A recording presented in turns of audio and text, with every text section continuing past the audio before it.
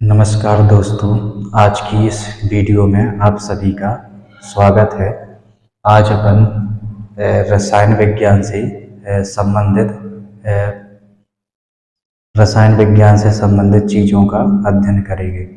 अभी तक की अपन ने जो वीडियो है उसमें अपन ने जीव विज्ञान से संबंधित कुछ टॉपिक पढ़े थे और उसके बाद कुछ भौतिक विज्ञान से संबंधित टॉपिक भी अपन ने पढ़े हैं। आज अपन रसायन विज्ञान से संबंधित कुछ टॉपिक के बारे में अध्ययन करेंगे।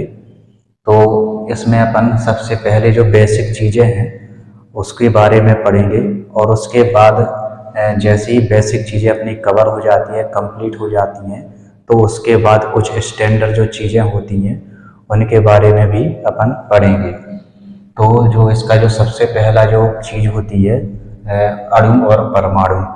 तो जिस प्रकार जीव विज्ञान में जीवों का शरीर कोशिकाओं से बना होता है, उसी प्रकार जो निर्जीव वस्तुएं हैं वो सारी की सारी क्या है, अणु और परमाणुओं से मिलकर बनी होती है। तो इसमें सबसे जो छोटी इकाई होती है वो परमाणु होती है। और पहले की परिभाषाओं के अनुसार या डाल्टन के परमाणु सिद्धांत के अनुसार परमाणु को क्या है, विभाजित नहीं किया जा सकता। लेकिन आधुनिक खोजों से या आज की खोजों से अपन को पता चला है कि परमाणु को भी उनके छोटे कणों में विभाजित किया जा सकता है, जिन्हें परमाणु के रचक कण कहते हैं, जिनमें मुख्यतः तीन होते हैं, इलेक्ट्रॉन, प्रोटॉन और न्यूट्रॉन। परमाणु के अंदर और भी कण होते हैं, लेकिन फिलहाल अपन तीन ही कणों का अध्ययन करते हैं, जिसमें इलेक्ट्रॉन, प्रोटॉन और न्यूट्रॉन होते हैं। तो अपन उसके बारे में भी जानेंगे, लेकिन सबसे पहले अपन परमाणु के बारे में जान लेते हैं कि परमाणु क्या होता है। तो सबसे पहले अपन परमाणु की परिभाषा जानेंगे कि परमाणु क्या होते हैं। परमाणु को इंग्लिश में अपन बोलते हैं एटम। परमाणु को इंग्लिश में अपन बोलते हैं एटम।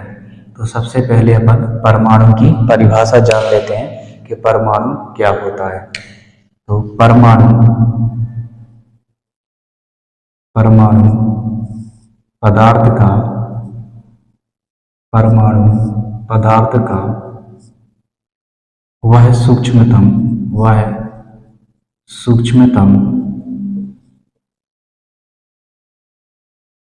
परमाणु पदार्थ का वह सूक्ष्मतम कण होता है, वह सूक्ष्मतम कण होता है जिनसे मिलकर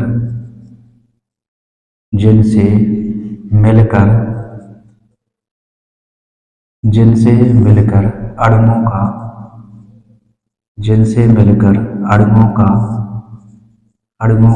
निर्माण होता है, जिनसे मिलकर अणुओं का निर्माण होता है, जिनसे मिलकर अणुओं का निर्माण होता है। तो ये परमाणु की परिभाषा होती है कि परमाणु पदार्थ का वह सूक्ष्मतम कण होता है जिनसे मिलकर अणुओं का निर्माण होता है। उदाहरण के तौर पे अपन देख लें तो यदि या इसकी प्रकार की बात करें तो जो परमाणु हैं वो कई प्रकार के होते हैं। कुछ एक परमाणुक होते हैं, कुछ द्विपरमाणुक होते हैं, कुछ त्रिपरमाणुक होते हैं। तो वो भी अपन जान लेते हैं। तो संख्या के आधार पर परमाणु, यदि संख्या के आधार पर बात करें, संख्या के आधार पर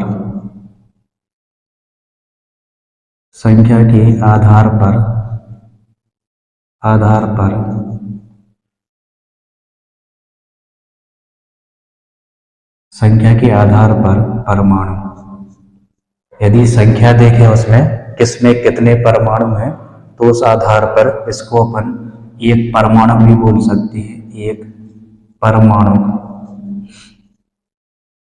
एक परमाणु और इसके बाद द्विपरमाणु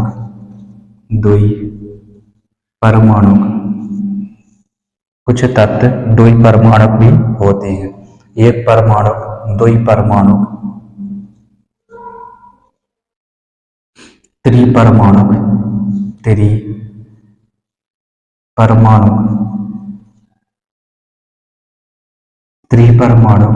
चतुर्परमाणु,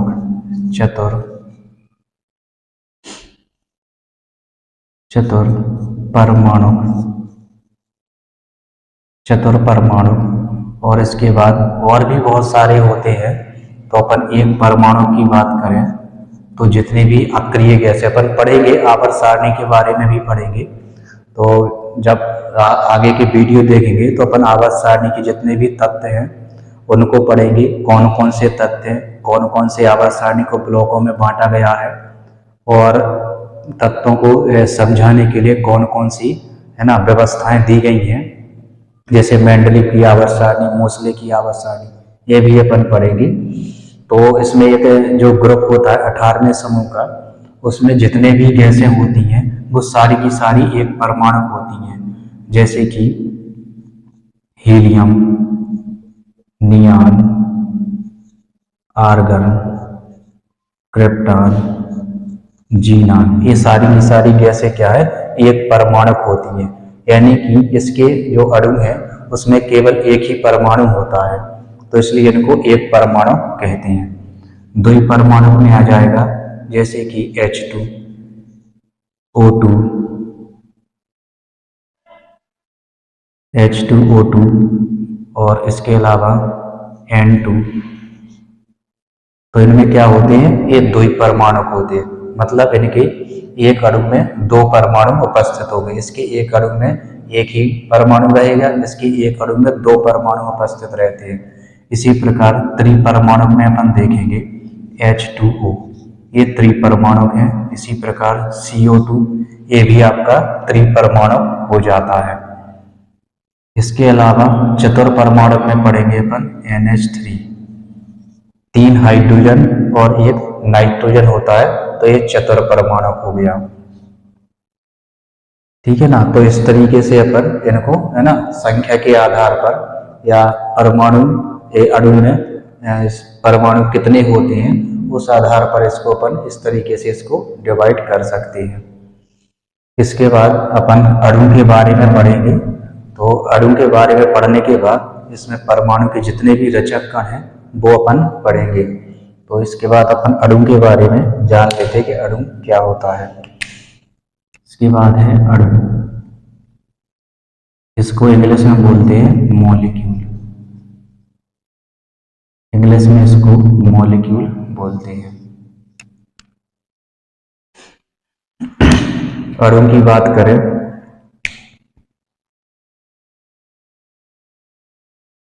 दो या दो से दो या दो से अधिक, दो या दो से अधिक, दो या दो से अधिक परमाणुओं,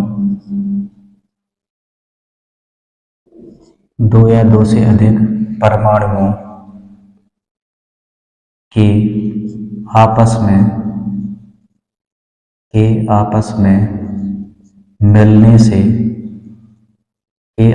में मिलने से बना पदार्थ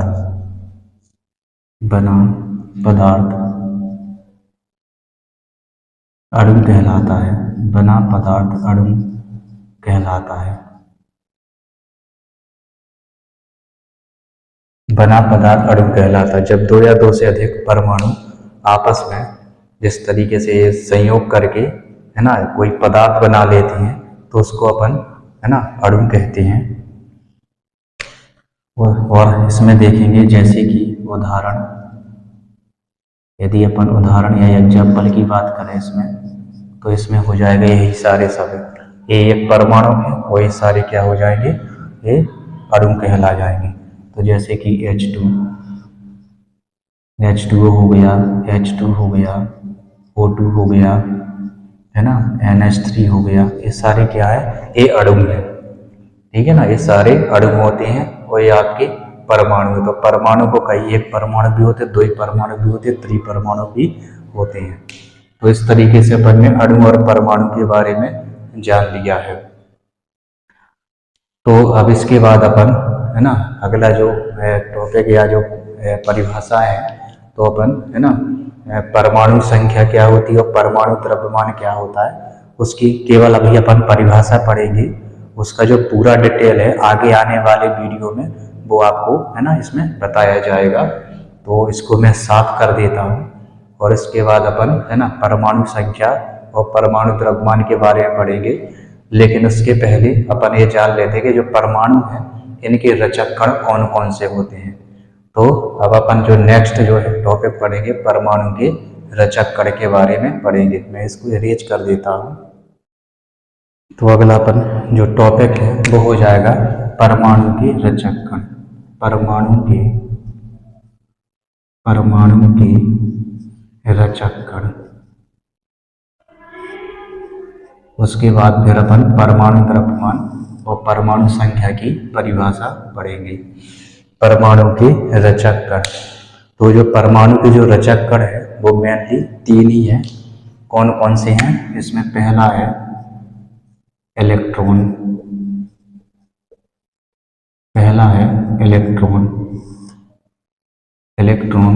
दूसरा है प्रोटॉन और तीसरा हो जाता है आपका न्यूट्रॉन। तीसरा जो पॉइंट है न्यूट्रॉन हो जाता है। अब इसके बारे में कुछ चीजें भी अपन पढ़ेंगे, है ना। तो सबसे पहले अपन हेडिंग डालते हैं इलेक्ट्रॉन की। इलेक्ट्रॉन, इंग्लिश में भी इसको इलेक्ट्रॉन ही बोलते हैं, इलेक्ट्रॉन। और इसको प्रदर्शित करेंगे तो अपन इसको चलो बाद में इसको मेंटेन करेंगे। जो इलेक्ट्रॉन है यह परमाणु का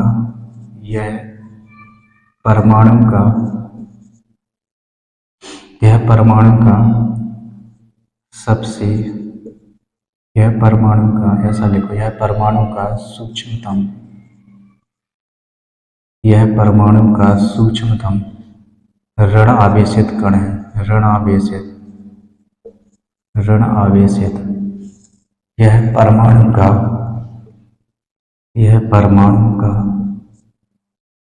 सूक्ष्मतम ऋण आवेशित कण है।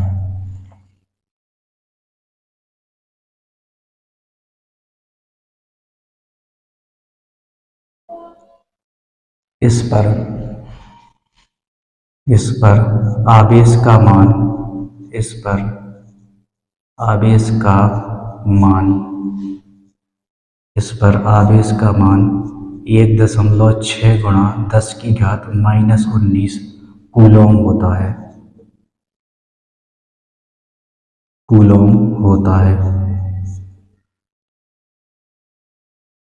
इस पर जो आवेश का मान है 1.6 गुणा 10 की घात -19 कूलॉम होता है। इसके द्रव्यमान की बात करें, इसका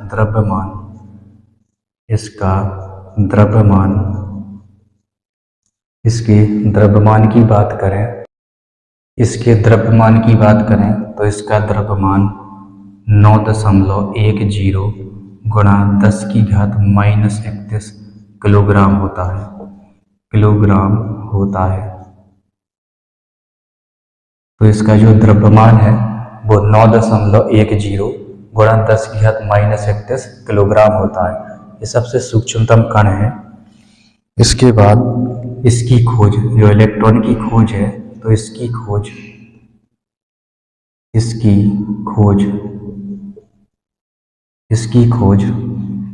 जे टॉमसन ने टॉमसन बोल दो या थॉमसन बोल दो, तो इसकी खोज जे टॉमसन ने की थी। तो इसकी जो खोज है वो जे टॉमसन ने की थी। इसको अपन प्रदर्शित करें तो इसको E- से प्रदर्शित कर सकते हैं। इसका जो प्रदर्शित करने वाला जो चिन्ह है या संकेत है वो E- होता है। इसके बाद अगली जो हेडिंग है वो हो जाती है आपकी प्रोटॉन। तो अब अपन प्रोटॉन के बारे में पढ़ेंगे। प्रोटॉन, इसको भी इंग्लिश में प्रोटॉन ही बोलते हैं, PROTON, प्रोटॉन। इसको भी अपन अंग्रेजी में प्रोटॉन कहते हैं।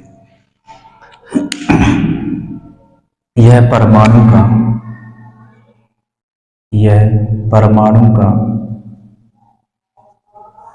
यह परमाणु का यह परमाणु का यह परमाणु का धनावेशित यह परमाणु का धनावेशित यह परमाणु का धनावेशित कण होता है। धनावेशित कण होता है। धनावेशित कण होता है। इस पर आवेश का मान इस पर आवेश का मान इस पर आवेश का मान इस पर आवेश का मान 1.6 गुणा 10⁻⁻19 कूलॉम होता है। कूलॉम होता है। तो इस पर भी जो चार्ज है उतना ही रहता है। अंतर इतना है कि ये ऋणावेशित कण होता है और एक धनावेशित कण होता है। इसको P+ से प्रदर्शित करते हैं, P+ या फिर H+ से। हाइड्रोजन में एक इलेक्ट्रॉन होता है और एक प्रोटॉन होता है। जब इससे एक इलेक्ट्रॉन बाहर निकल जाता है तो केवल इसमें प्रोटॉन बचता है।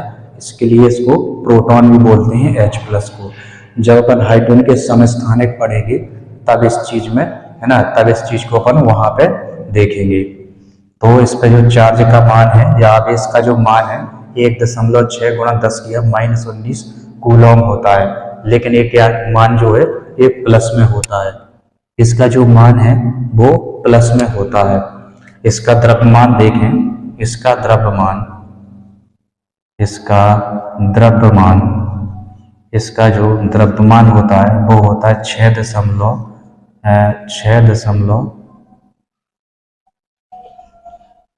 इसका जो मान होता है वो होता है 1.673 यानी कि 673 गुणा 10⁻⁻27 किलोग्राम होता है।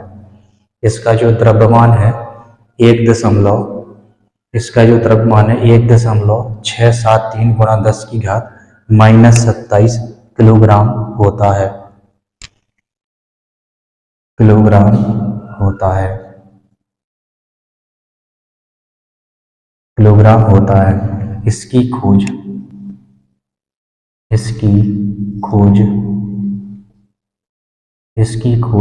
गोल्डस्टीन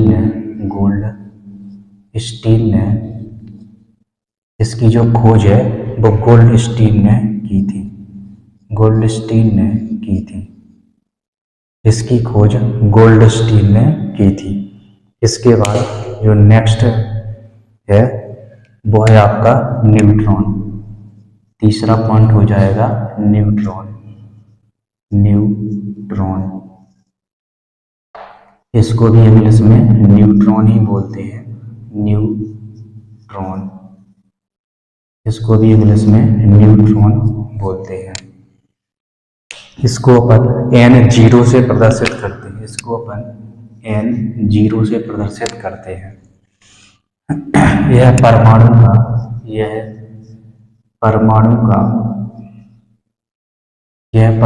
का उदासीन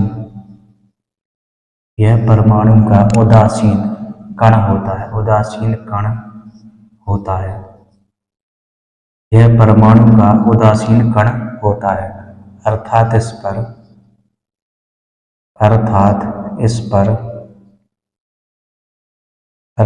पर कोई चार्ज या कोई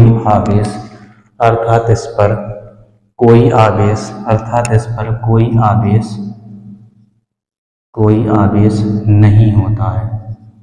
इस पर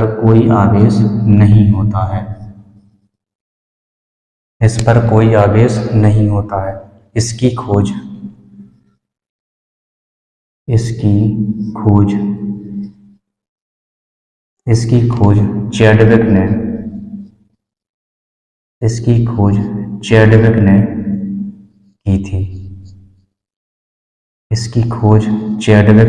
की थी। इसके द्रव्यमान की बात करें तो इसका द्रव्यमान इसका द्रव्यमान 1.675 गुणा 10⁻⁻27 किलोग्राम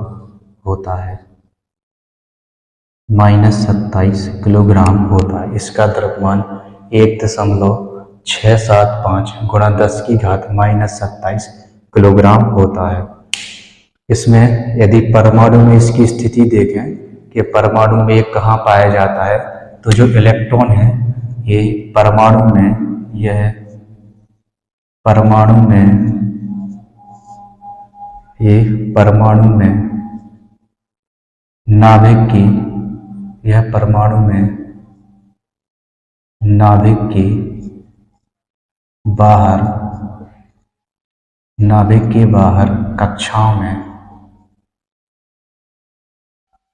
नाभिक की बाहर कक्षाओं में पाया जाता है। जो इलेक्ट्रॉन है यह परमाणु के जो नाभिक होता है उसके बाहर कक्षाओं में चक्कर लगाता रहता है, घूमता रहता है। प्रोटॉन है तो ये नाभिक में होता है। जो प्रोटॉन है यह नाभिक में होता है।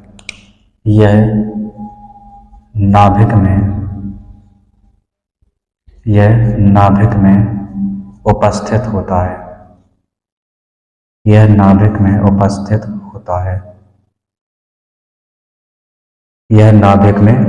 होता है। और जो न्यूट्रॉन है तो न्यूट्रॉन भी नाभिक में उपस्थित होता है। तो मैं यहाँ पे लिख देता हूँ, ये भी क्या है, नाभिक में होता है। तो ये भी क्या है, नाभिक में होता है। अगर अपन बंध की बात करें, अभी आगे अपन बंध के बारे में भी पढ़ेंगे, तो बंध की बात करें तो केवल इलेक्ट्रॉन ही बंध निर्माण में भाग लेते हैं। प्रोटॉन और न्यूट्रॉन बंध निर्माण में भाग नहीं लेते हैं।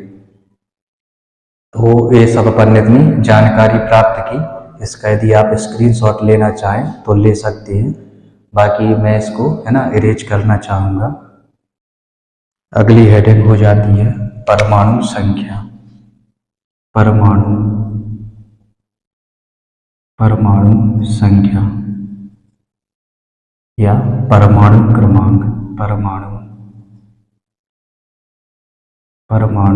क्रमांक इंग्लिश में बोलते हैं एटॉमिक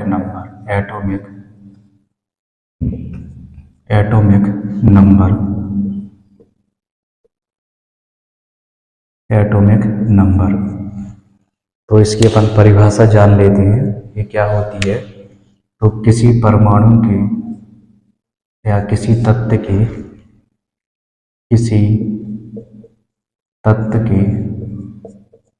परमाणु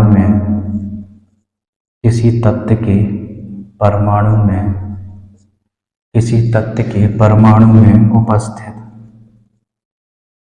उपस्थित कुल प्रोटॉनों की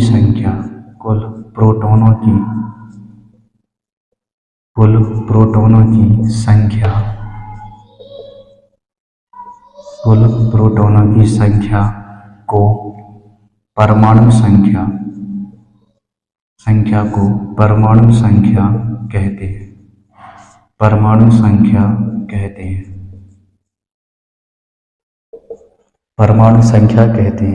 इसको जेड से प्रदर्शित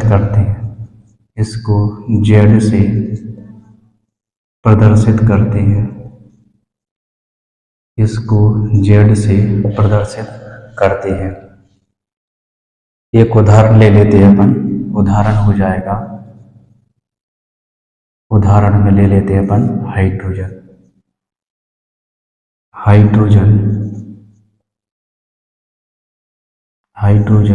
का परमाणु क्रमांक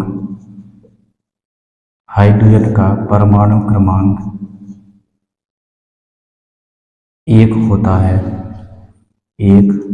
है। क्योंकि इसके नाभिक में क्योंकि इसके नाभिक में केवल एक प्रोटॉन केवल एक प्रोटॉन केवल एक प्रोटॉन उपस्थित होता है केवल एक प्रोटॉन उपस्थित होता है केवल एक प्रोटॉन उपस्थित होता है। इसके बाद नेक्स्ट परिभाषा है परमाणु द्रव्यमान की। परमाणु द्रव्यमान परमाणु द्रव्यमान जिसको बोलते हैं अपन एटॉमिक मास, इंग्लिश में बोलते हैं एटॉमिक मास। एटॉमिक मास या फिर इसको बोलते हैं द्रव्यमान संख्या। द्रव्यमान संख्या इंग्लिश में बोलेंगे mass number. Mass number mass number. तो इसकी परिभाषा हो जाएगी किसी तत्व के किसी तत्व के किसी तत्व के किसी तत्व के परमाणु किसी तत्व के परमाणु के नाभिक में किसी तत्व के परमाणु के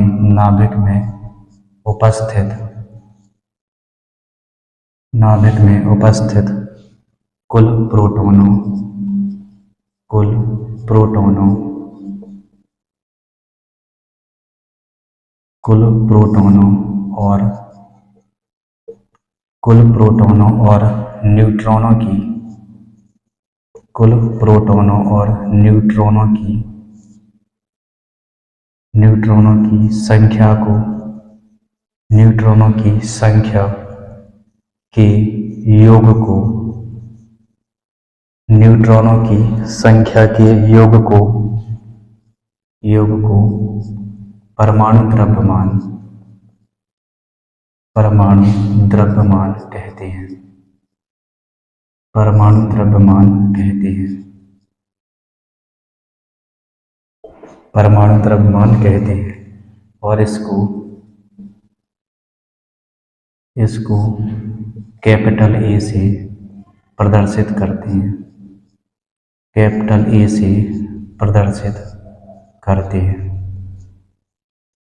कैपिटल ए से प्रदर्शित करते हैं। इसका उदाहरण देखेंगे अपन तो इसका उदाहरण हो जाता है उदाहरण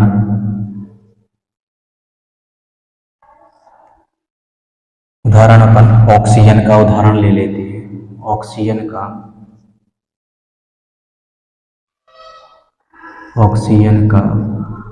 परमाणु द्रव्यमान ऑक्सीजन का परमाणु द्रव्यमान 16 होता है। 16 होता है क्योंकि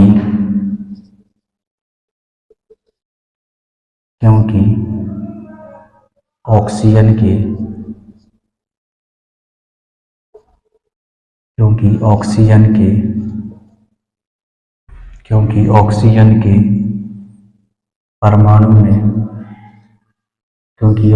के परमाणु में 8 प्रोटॉन और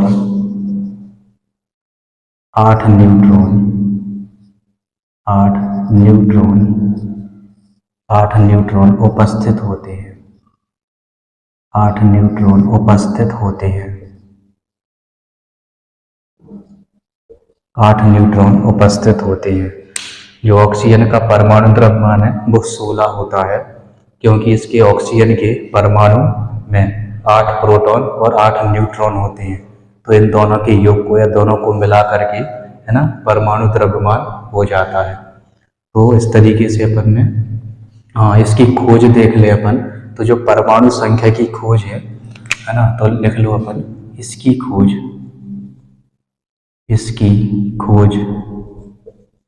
मोसले ने की थी। इसकी खोज मोसले ने की थी। तो जो परमाणु संख्या है या परमाणु क्रमांक की जो खोज है वो मोसले ने की थी। जब इनकी अपन आवर्त सारणी पढ़ेंगे तो जो आवर्त सारणी है मेनली दो है ना, जिसमें एक मेंडलीव की आवर्त सारणी है। तो उन्होंने जो मेंडलीव की आवर्त सारणी है, जो अपनी आवर्त सारणी दी थी वो उन्होंने परमाणु द्रव्यमान के आधार पर की थी। तो अपन लिख सकते हैं कि जो परमाणु द्रव्यमान है तो इसको सबसे पहले मेंडलीव ने बताया था। तो अपन इसमें भी लिख सकते हैं इसको सबसे पहले, या परमाणु द्रव्यमान है तो इसको मेंडलीव ने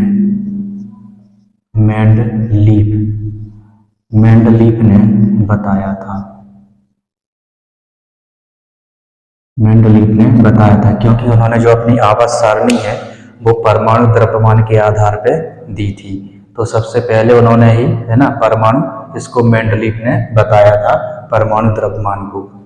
और उसके बाद जो आधुनिक आवर्त सारणी आई थी है ना, तो वो बताई थी मोसले ने। तो उन्होंने जो